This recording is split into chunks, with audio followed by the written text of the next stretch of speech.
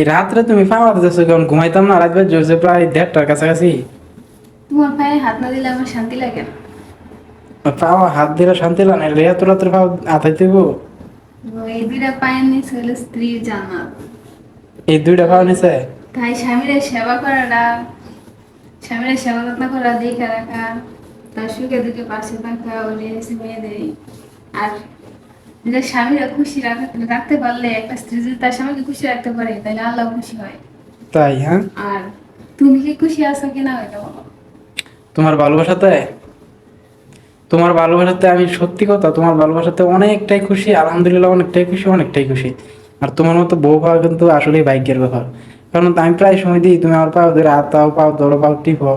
এটা আসলে স্বামীর কাছে এর চেয়ে আর বড় কিছু পাওয়া যায় না। একটা স্ত্রী যখন একটা স্বামীকে প্রকৃত ভালোবাসা দেয়, তার সুন্দরভাবে ভালোবাসাতে স্বামীকে তুইলা দেবে, এটাই তো সবচেয়ে বেটার। আর তুমি বলছো যে স্বামীর পায়ে স্ত্রীর জান্নাত, এই মনে করে তুমি সবসময় আমার পায়ে সেবা করো, আমার সেবা করতেছো। যাই হোক, আমি তোমার ভালোবাসাতে খুশি আছি। তুমি কি আমার ভালোবাসাতে খুশি আছো কিনা এটা বলো। আলহামদুলিল্লাহ অনেক খুশি আছি। অনেক খুশি আছো।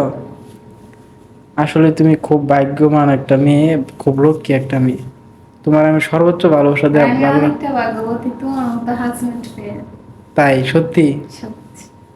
ঠিক আছে, ঠিক আছে, এখন আর টিপতে হবে না, যাও ঘুমাই আমরা। মেলা রাখছি, হ্যাঁ।